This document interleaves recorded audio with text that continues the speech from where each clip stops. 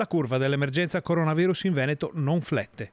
Il numero complessivo dei casi aumenta anche se lentamente, eppure la pressione sulla sanità continua in modo lento e costante. Per il governatore Luca Zaia è comunque una situazione gestibile. È una situazione che stiamo gestendo, gestibile, assolutamente sì, però è una situazione che ha bisogno dell'aiuto dei cittadini su due fronti: quello del comportamento, di continuare a portare la mascherina, di continuare ad evitare gli assembramenti, di continuare a igienizzare le mani e a continuare a capire e pensare che la partita non è finita.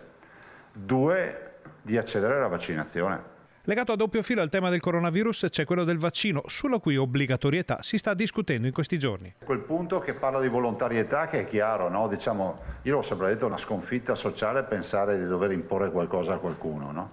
Infatti le obbligatorietà nascono nel momento in cui non c'è più una condivisione sociale su un progetto, se ci pensate, no? Perché tu devi obbligare qualcuno. Sull'estensione del Green Pass ad alcune categorie lavorative, invece, Zaia conferma un'apertura. Un Green Pass dedicato ad alcune categorie, lo abbiamo scritto chiaramente, non lo troviamo fuori dalla storia, perché comunque una certificazione di una vaccinazione o di uno screening che una persona ha fatto e che va a comprendere l'80% dei cittadini del Veneto che comunque lo hanno fatto. Resta sul piatto il tema delle categorie che non possono vaccinarsi, alle quali diventa necessario applicare una gratuità per quanto concerne i tamponi. C'è un vulnus in tutto quello che è stato fatto fino ad ora ed è rappresentato dal fatto che c'è una categoria, pensate, ai non vaccinabili, cioè coloro che per patologia non possono essere vaccinati, ai quali nessuno riconosce ad esempio il tampone gratuito.